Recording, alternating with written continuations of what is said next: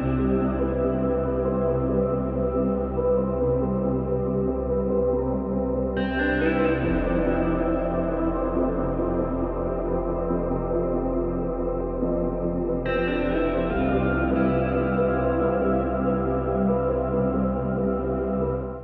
amigos. Na lição de ontem nós estudamos um tema complexo da teologia, a natureza humana de Cristo, pré-lapso, antes da queda, ou pós-queda.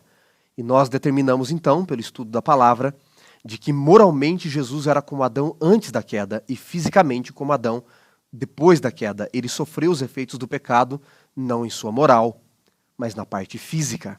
E na lição de hoje, aperfeiçoados por meio do sofrimento, em Hebreus 2:10, eu quero ler com vocês esse texto, Hebreus 2, verso 10, 17 e 18, diz assim: porque convinha que aquele por cuja causa e por quem todas as coisas existem, conduzindo muitos filhos à glória, aperfeiçoasse por meio do sofrimento o autor da salvação deles. O verso 17, porque convinha que em todas as coisas se tornasse semelhante aos irmãos. Verso 18, pois naquilo que ele mesmo sofreu, tendo sido tentado, é poderoso para socorrer aqueles que são tentados. Como eu disse ontem, foi na essência. Agora notem, Jesus, o servo sofredor de Isaías, ele não levou o pecado nele. A Bíblia diz que ele levou o pecado sobre ele. Jesus não tinha pecado nele, ele era o santo de Deus, puro. Ele mesmo disse, aí vem o príncipe deste mundo e ele nada tem contra mim. Ele era o santo imaculado.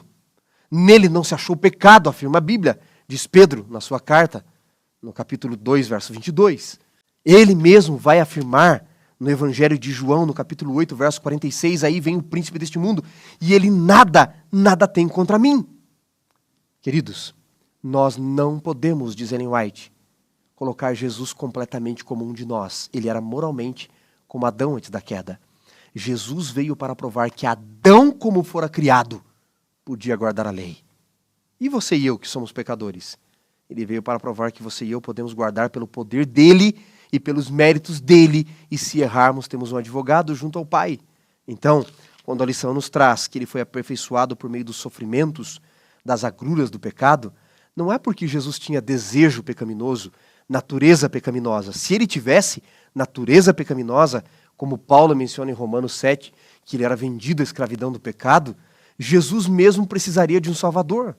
Se ele tivesse natureza pecaminosa, ele não seria a solução do problema, seria parte do problema. Ele era Emmanuel, um conosco, mas não um de nós, pecador como nós.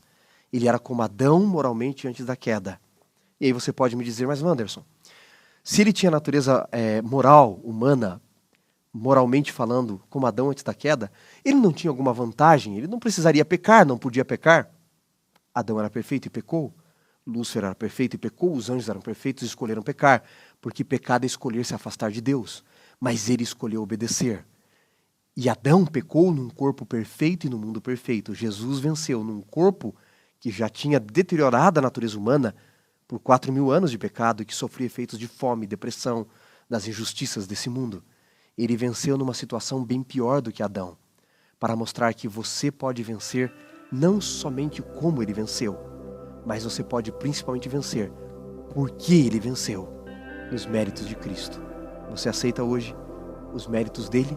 Jesus não tinha pecado nele, ele tinha pecado sobre ele, ele levou os nossos pecados sobre ele, para que você não tenha justiça em você, justiça própria, mas justiça sobre você.